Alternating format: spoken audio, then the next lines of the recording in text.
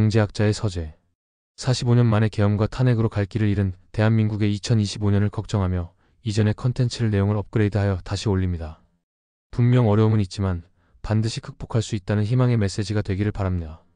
전후 최초이자 마지막 선진국 대한민국 지위와 논란. 두 번째 논란 중 강대국으로 둘러싸인 지정학적 위치와 급속 성장. 2024년 1월 UN 경제사회처가 발간하는 세계 경제 현황 및 전망 WESP 보고서에서 대한민국의 분류가 개발도상국에서 선진국으로 완전히 변경되었다. WESP는 세계 다수 기관이 선진국, 개도국 분류 시 인용할 정도로 매우 권위 있는 보고서이다. 이전까지 WESP에서 개발도상국이나 체제 전환국으로 분류되던 국가들 중에서 선진국으로 분류가 변경된 국가들은 모두 유럽연합에 신규 가입한 나라들 뿐이며 그 외에는 대한민국이 최초이다. 6. 논란 강대국으로 둘러싸인 지정학적 위치. 사실상 이것이 가장 큰 이유라고 할 수 있다. 요약하면 한국인들은 한국이 경제, 문화, 사회적 선진국보다는 군사, 정치적 강대국이 되기를 원하기 때문에 이런 말이 나오는 것이다. 실제로 한국은 이르면 2010년대 중반부터 튀르키예, 스페인 등을 넘어섰고 현재는 이탈리아, 브라질과 어깨를 나란히 하는 강대국의 최소급의 엄청난 국력을 가지고 있고 군사력 자체는 현재 세계 5위로 영국, 일본보다 높으나 주변국들이 하필이면 미국의 패권에 도전하는 인구수 2위 나라, 한때 미국과 한판 전쟁을 벌였고 전후에도 미국의 경제를 위협했던 과거 식민 지배국, 미국과 양강체제였던 과거 초강대국 러시아, 핵무기를 보유하며 미국을 자극하는 세계 최악의 독재국가 북한 등 엄청난 상대들이라 한국인들이 객관적 기준으로는 한국의 국력이 상당한 체급이란 것을 전혀 체감하지 못하고 있다. 심지어 동아시아의 정세에는 지구 최강대국 미국까지 개입하고 있다. 일본은 한국과 군사력이 비슷하다고는 하나 일본은 해군이 강한 반면 한국은 육군이 강해서 호랑이와 상어의 싸움과도 다를 바 없기에 누가 강하고가 의미가 없다. 대다수의 한국인들은 노르웨이, 스웨덴, 덴마크, 벨기에, 네덜란드, 스위스, 핀란드 등 경제적, 사회적, 문화적으로 전 세계에서 최상위권 선진국이지만 그 지역에서 헤게모니를 갖지 못하여 강대국으로 보지 않는 유럽의 중소규모 경제 부국들에게는 사실상 큰 관심이 없다. 이런 나라들을 두고 세계대전 때 금방 점령됐던 약한 나라들 또는 인구가 적으니 폭지로 퍼주기나 해서 잘 사는 것이지 진짜 선진국이 아니더와 같은 반응을 보이기도 하는데 이것 자체가 많은 사람들이 선진국과 강대국의 의미를 혼동하고 있다는 명백한 증거이며 지금의 지역 강국 수준 이상으로 더욱 강력한 국력을 갈망하고 있다는 증거이기도 하다. 이는 일반 국민들의 인식만 그런 것이 아니라 언론마저 선진국과 강대국의 의미를 혼동하는 모습을 보이기까지 한다. 대표적인 예시로 인구 감소로 반쪽짜리 선진국도 되지 못한다는 식의 기사가 있으며 해당 기사는 선진국과 강대국의 기본 사전적 개념을 혼동하는 무지함을 보여준다.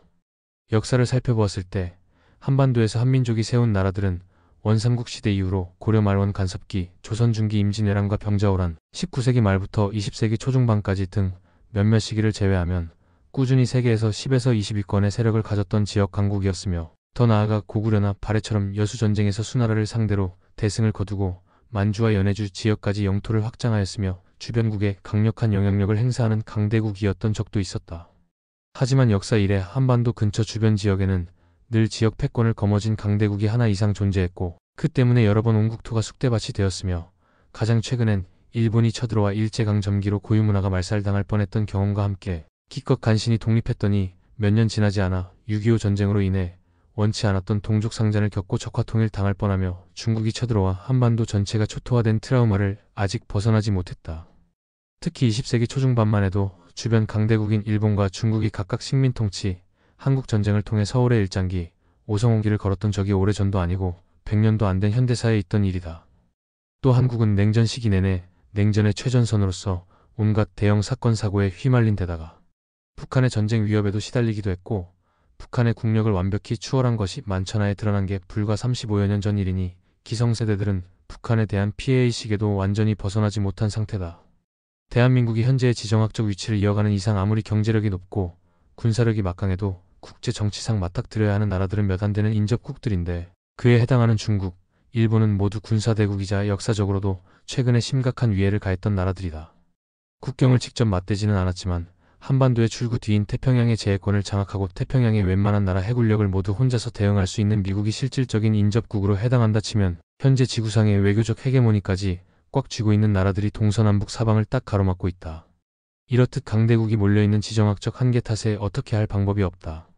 거기다 1953년 이후에는 당장 휴전선 북쪽을 차지한 북한을 제압하지 못하고 대치하면서 대남 도발과 핵 위협에 시달릴 수밖에 없는 상황 역시 한국이 헌법상 본토로 명시해놓은 한반도의 지역 패권조차 완전히 장악하지 못하는 안타까운 현실을 잘 보여준다.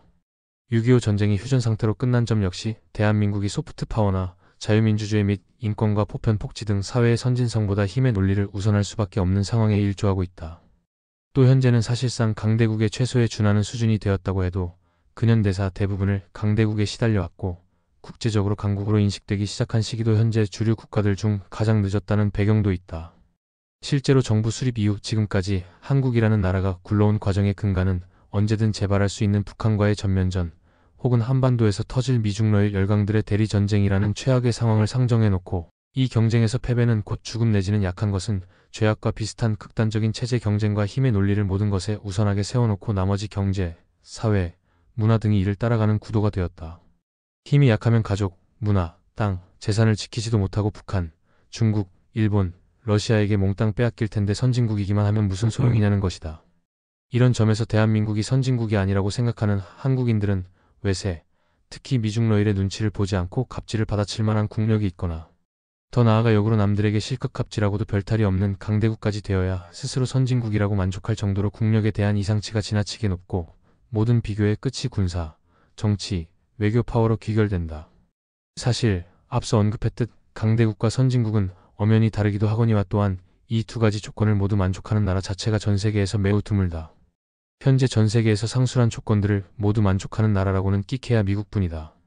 심지어 그 미국도 함부로 타국에 대해 갑질에 가까운 영향력을 행사하거나 압박을 가하면 국제사회로부터 본인들이 되려 곤란해지는 경우도 많다. 특히나 북한은 세계적 불량 국가로서 경제적으로 매우 낙후된 최빈국인데도 초강대국 미국한테도 미치광이 전략을 사용할 정도이니 한국이 제 아무리 지금과는 비교도 안 될 국력의 강대국이 되어도 북한의 도발을 근절할 수가 없는 상태이다. 이런 이유들로 대한민국이 아래에 나올 문제가 모두 해결된 최우수 초일류 선진국이 된다 해도 한국인들은 대한민국이 적어도 인근 강대국인 중국과 일본, 러시아 중 하나라도 압도할 수준이 되기 전까지는 여전히 우리나라는 제대로 된 선진국이 아니다 라는 피해의식을 가질 것이며 이는 향후 외교기조의 과격화에 적지 않은 영향을 줄 수 있다. 그나마 이웃 강국들과 비교하여 한국이 능가할 수 있거나 비비는 부분이라면 중국 상대로는 한국이 1인당 GDP를 능가하며 러시아 상대로는 한국이 경제 분야 전반에서 우위며 일본 상대로는 1인당 GDP를 이미 능가했으며 군사력도 대등하다. 급속 성장. 이것도 한국의 선진국 콤플렉스에 매우 큰 영향을 미쳤다고 할 수 있다. 경제력을 비롯한 국력이 타국에 비해 급속히 성장했기에 다른 선진국들에 비하여 한참 늦은 2000년대 초 중반에 선진국으로 진입한 선진국 막차로서 대한민국이 국제적으로 선진국으로 인정받는다는 사실을 국민들이 제대로 체감하지 못하는 경우가 많은데 이는 농업, 경공업이 국가 중요 산업이고 절대 빈곤이 질비하던 때 태어난 1950에서 70년대 출생자들이 아직 대한민국 사회에서 중역을 맡고 있기 때문이다. 가령 한국을 일본과 비교해보자면 일본은 지속해서 돈을 왕창 써서 자국을 홍보하며 외국의 일반인들에게도 일본이라는 선진국을 인식시켰다. 애초에 일본은 에도 막부 이전부터 아시아 가운데 가장 활발한 대외무역 정책을 펼쳐 이미 임진왜란 당시에 국력이 조선을 압도했고 근대에는 전쟁 패망 직전까지 식민지를 통한 제국주의 노선을 펼쳐 비서구권의 유일한 제국주의 국가이자 아시아의 강대국으로 인식되었으며 더 나아가 1980년대 일본 거품 경제 시절에 일본인과 일본 기업들이 그야말로 무차별적인 외국 자산 싹쓸이에 나서며 일본이라는 나라 자체를 세계적으로 각인시키는 데 성공했다. 이로 인해 일본에 대한 긍정적인 인식, 부정적인 인식 둘 다 극대화된 것은 물론이다. 이때 일본이라는 나라가 경제적으로 성공했다는 점을 알리는 데에는 부족함이 전혀 없었다. 반면 한국은 외부에 자신들의 발전한 국력을 인식시키려는 데에 일본과 비교하지 않아도 매우 소극적인 편이었기에 2000년대 말에서 2010년대 초까지만 해도 경제 규모와 실질적인 국력에 비해 국가 인지도와 존재감이 굉장히 빈약했다. 한국은 아직도 여러 부분에서 다른 선진국들에 비해 덜 성취되었고 아직도 문제가 되는 부분들이 존재하나 이는 의식이 변화해야 하는 경우가 많아 시간이 필요한 문제다. 사실 한국의 사회 문제로 알려진 것들도 알고 보면 대다수가 선진국들도 공통적으로 가지고 있는 사회 문제들이다. 반면 대한민국은 이러한 선진국 진입을 산업화 시작 이후 불과 40년 만에 해냈으며 산업화 시작 시점에서는 캄보디아, 케냐만도 못한 수준이었다. 수백 년 동안 차근차근 발전했기에 경제개발 과정에서 비롯된 사회 문제들을 돌아보면서 해결하기가 비교적 수월했던 서방권 선진국들과 정반대로 한국은 문자 그대로 맨땅과 맨손만 가지고 모든 것을 시작하여 반세기도 지나지 않아 선진국이 된 만큼 성장에만 집중하느라 성장 과정에서 불거진 사회 문제를 다듬기는커녕 관심을 가질 여유조차 없었다. 경제적인 부분만큼은 6에서 70년 만에 주류 선진국들을 어느 정도 따라잡았을지언정 의식 수준이 변화하기에 6에서 70년이라는 시간은 매우 짧은 시간이다. 이 때문에 세대 갈등도 타국 이상으로 더 심할 수밖에 없다. 더구나 이미 수백 년 전부터 민주주의 체제를 유지해온 서양과 정반대로 한국은 민주화가 된 것이 불과 40년도 안 되기에 독재 정권 시절의 잔재를 완벽히 청산하지 못한 것도 어찌 보면 당연한 일이다. 다만 한국은 제2차 세계대전 패전 30년도 안 되어 선진국에 진입한 일본과 스페인 내전 종전 40년도 안 되어 선진국에 진입한 스페인에 비해서는 전쟁 패망 이후 선진국 진입까지의 기간이 확연히 긴 편이긴 하다. 그러나 일본은 행적과는 별개로 애초에 패전 이전에도 아시아권의 열강으로 자리 잡았을 정도로 탄탄한 국력과 공업력, 첫 노벨상 수상자를 배출할 정도로 탄탄한 인적 인프라를 갖추고 있어 이를 기반으로 경제를 회복하는 일이 한국과 비교도 안 될 정도로 수월했다. 스페인 역시 내전 이전에는 1인당 소득 수준이 일본보다 높은 나라였던 데다가 제국주의의 원조였던 만큼 기본 인프라도 풍부하여 한국처럼 인력밖에 없던 나라는 아니었고, 내전 이전에도 대규모 제철소와 근대식 조선소는 말할 것도 없고 1900년대 초부터 자체적인 자동차와 항공기 개발 기업까지 갖추는 등 중공업 기반은 탄탄했으며, 스페인 내전 이후에는 중립국을 표방하여 제2차 세계대전 당시 추가적인 전쟁 피해는 막았던 덕분에 경제 회복에도 유리했다. 심지어 현재 한국보다 경제 규모가 작거나 1인당 소득이 한국보다 낮은 국가들 중에서도 이미 100년 전에 자동차, 총기, 항공기를 만들던 나라들은 주요 강대국 외에도 오스트리아, 체코, 슬로바키아, 튀르키예 등등이 있다. 조선이 농사짓던 시절에 이들은 기술 격차가 이 정도였고, 한국이 정말 자체적으로 자동차, 항공기를 만든 건 현재 시점에서 오래되지 않았다. 중국도 최빈국 시절 덩샤오핑의 1978년 개혁 개방으로부터 2010년 G2 진입까지는 32년밖에 걸리지 않았으나, 중국은 아편전쟁 이전까지는 아시아의 종주국이자 서구 열강들도 함부로 건드리지 않는 세계 최강 대국 중 하나였기에 어떻게 보면 중국은 혼란스러웠던 근현대사를 겨우겨우 수습하고 자신의 원래 자리로 돌아가는 것에 가깝다. 더구나 중국은 강대국일지언정 선진국은 절대 아니고 중진국에 진입한 지도 얼마 지나지 않았을 뿐더러 그 선진국 진입조차 힘들어지고 있는 형국이다. 비유하자면 일본과 중국의 경제 발전은 기본 체력이 탄탄했던 사람이 심하게 얻어맞은 후 오랜 기간 꾸준한 치료를 받으며 과거의 체력을 완전히 회복한 것과 같은 셈. 반면 한국은 기본 체력이라고 할 건 죄다 빨려놓고는 자해까지 시전한 처참한 상황에서 시작해 미국의 보호가 있다고 해도 주변의 다른 체제의 강적 중에 강적들이 셋 북한, 중국, 소련이나 있던 냉전의 최전선이었으니 안보적으로도 매우 불안한 상황 속에서 국가를 꾸려가야 했다. 게다가 대한민국은 역설적으로 북한 때문에 산업화가 더욱 빠를 수밖에 없었다. 1960년대에서 1970년대까지 북한은 남한보다 잘 살고 강력했기에 대한민국은 끊임없이 적화통일 위협을 받았다.